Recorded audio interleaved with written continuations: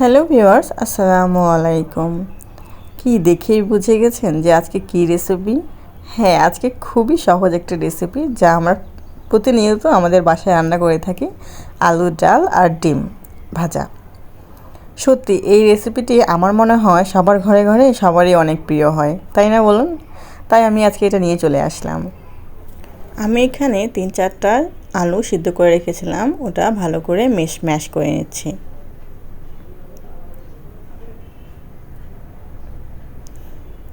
তারপরে কড়াইয়ে তেল দিয়ে তেলটা একটু গরম হয়ে গেলে আমি এখানে কিছু পেঁয়াজ কুচি, রসুন কুচি আর মরিচ কুচি দিয়ে দেব।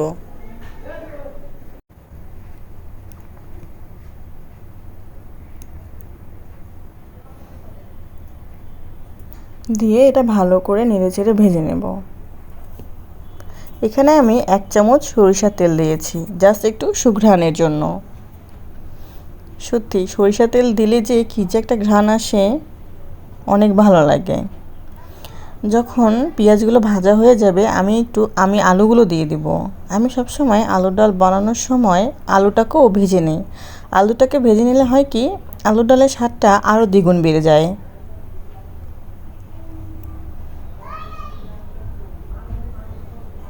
আপনারা চাইলে এখানে একটু লবণ দিতে পারেন, আমি লবণটা পরে দেব। এখানে আমি দিয়ে দিলাম পানি।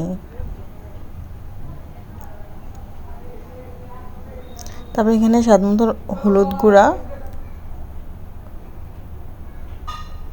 দিয়ে ভালো করে মিশিয়ে নেব। তারপরে দিয়ে দিলাম স্বাদ মতো লবণ, একটু জিরার গুঁড়া আর 1/2 চা চামচ ধনিয়ার গুঁড়া আর একটু গরম মশলার গুঁড়া দিয়েছি আমি। দিয়ে আমি দিয়ে দেবো একটু এলাচের গুঁড়া। এরপর আমি বাটনা দিয়ে আমি আরেকটু ভালো করে এটা বেটে দেব, যেন আলুর কোনো লাম্পস না থাকে বা গোটা গোটা আলুগুলো ম্যাশ হয়ে যায়। এই যে আমার আলুর ডালটি অলমোস্ট হয়ে গিয়েছে। এটা এখন আমি উঠিয়ে আমি ডিমগুলো ভেজে নেব। আমি এখানে 2টা ডিম নিয়েছি।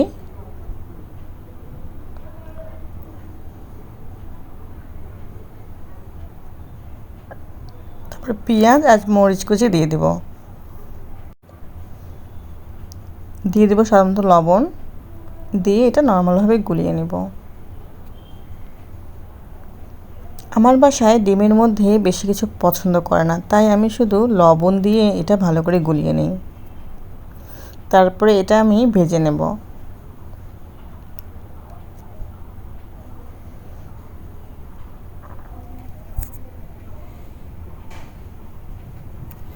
সত্যি সবাই কমেন্ট করবেন যে আপনারা সবাই আলুর ডাল ডিম কতটা পছন্দ করেন।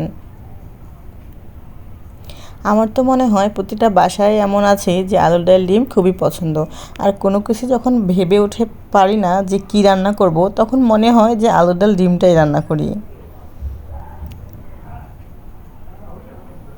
এটা খেতেও অনেক মজা আর রান্না করাটাও খুব সহজ। আমার ভিডিওগুলো ভালো লাগলে আপনারা অবশ্যই সাবস্ক্রাইব করবেন আর লাইক করতে ভুলবেন না।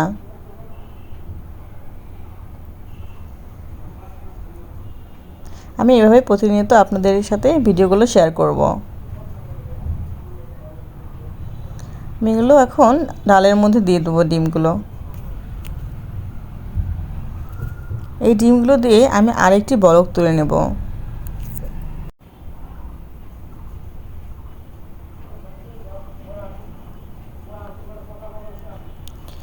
এই যে আমার আলু ডালার ডিম অলমোস্ট হয়ে গিয়েছে।